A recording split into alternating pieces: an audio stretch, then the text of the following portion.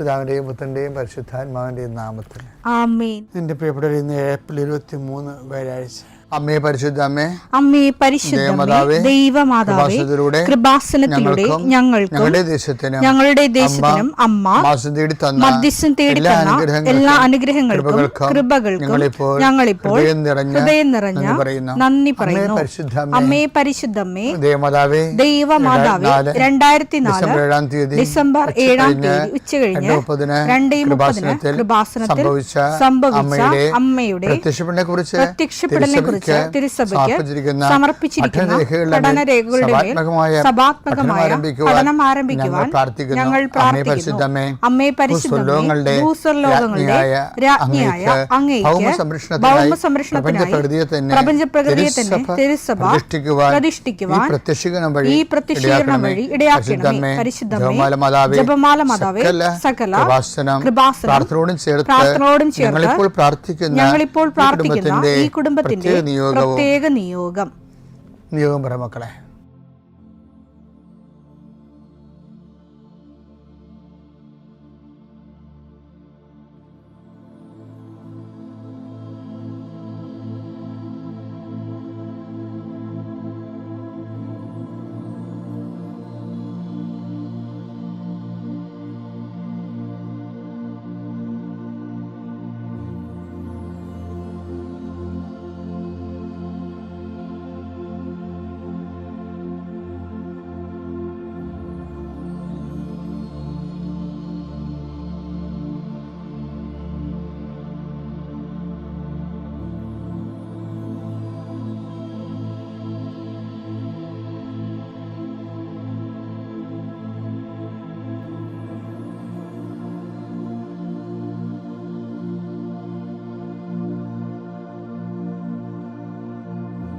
അമ്മയുടെ പ്രത്യക്ഷീകരണത്തിന്റെ ഈ അനുഗ്രഹവേളയിൽ ഞങ്ങൾക്ക് സാധിച്ചു തരുവാൻ കനിയണമേ. ആമേൻ. വിശ്വാസ പ്രമാണം.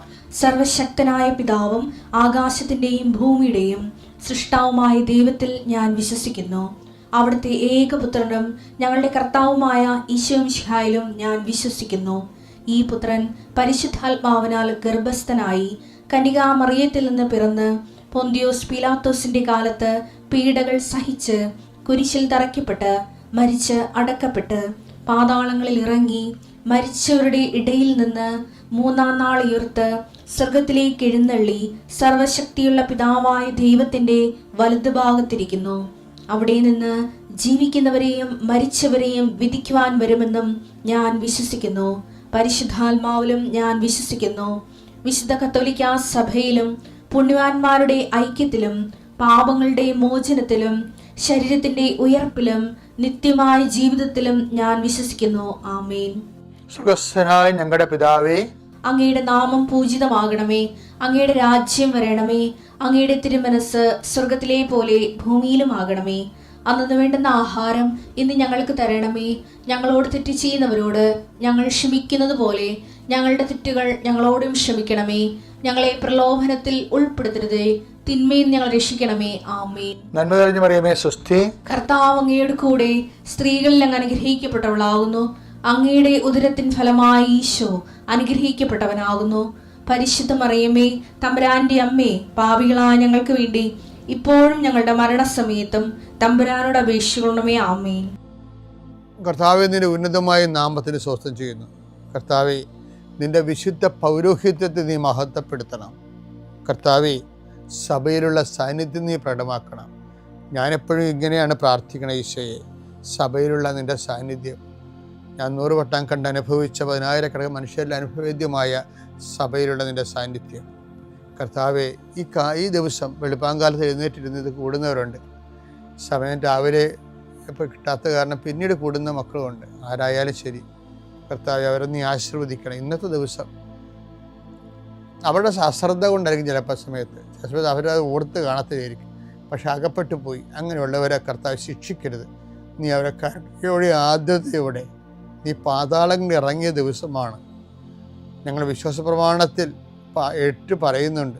അവൻ മരിച്ചു 3-ാം ദിവസം ഉയർത്തെഴുന്നേറ്റ് അവൻ പാതാളങ്ങളിൽ ഇറങ്ങി.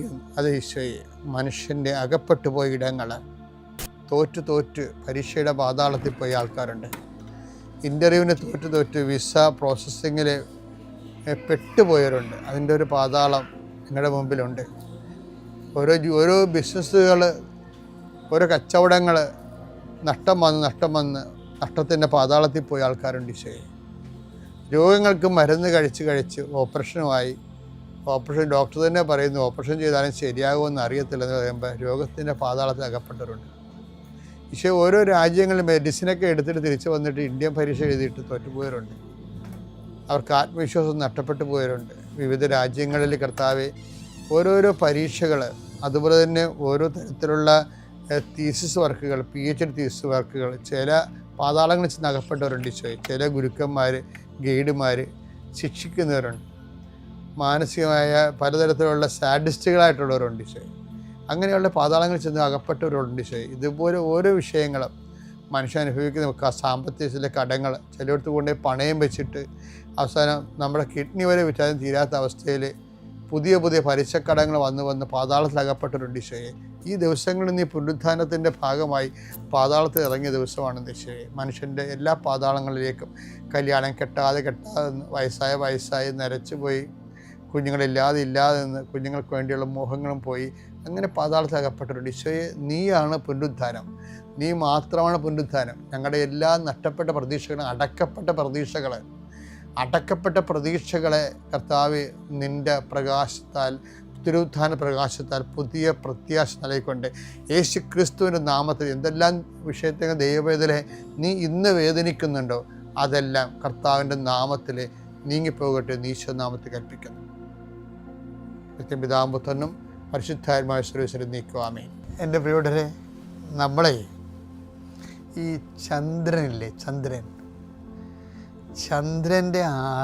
ചന്ദ്രൻ്റെ വ്യാസവും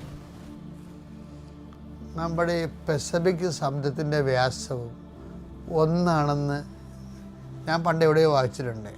എന്ന് വെച്ച് കഴിഞ്ഞാൽ ഏതോ ഒരു കാലത്ത് ഭൂമിയുടെ അടുത്ത് കൂടി ഒരു മഹാഗോളം പോയപ്പോഴേ ഭൂമിയുടെ ഒരു കഷണം ആകർഷിച്ച് തെറിച്ചു പോയി നിൽക്കുന്നതാണ് ചന്ദ്രൻ എന്ന് പണ്ട്. ശരിയോ തെറ്റാണെന്ന് ഇപ്പോഴും എനിക്കറിയാൻ പാടില്ല, പറഞ്ഞു കേട്ടിരിക്കുന്നതാണ്. ചുമ്മാ നാട്ടുപ്രസ്ഥാനമല്ല, സ്കോളേഴ്സ് പറഞ്ഞു കേട്ടിരിക്കുന്നതാണ്.